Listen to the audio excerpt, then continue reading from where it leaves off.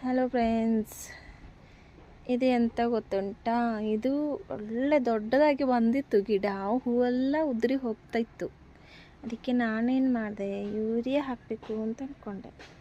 First urea ಹಾಕೋ ಮುಂಚೆ ನಾನೇನು ಮಾಡಿದೆ, ಈ ಒಣಗಿರೋ ಎಲೆನೆಲ್ಲ ಇಟ್ಟು ಸ್ವಲ್ಪ ಮಣ್ಣಿಟ್ಟೆ. ಮತ್ತೆ ಒಣಗಿರೋ ಎಲೆನೇ ಮತ್ತೆ 2-3 ಸಾರಿ ಇಟ್ಟು ಹೀಗೆ ಮಣ್ಣಿಟ್ಟೆ.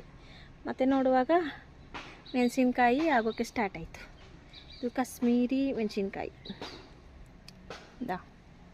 ಹೀಗೆ ಮಾಡಿದ್ರೂ ಹೂವು ಉದ್ರಲ್ಲ ಜಾಸ್ತಿ. ಇದು ಉದುರು ಹೋಗಿದೆ ಕಾಣುತ್ತೆ ಈ ಹೂವು.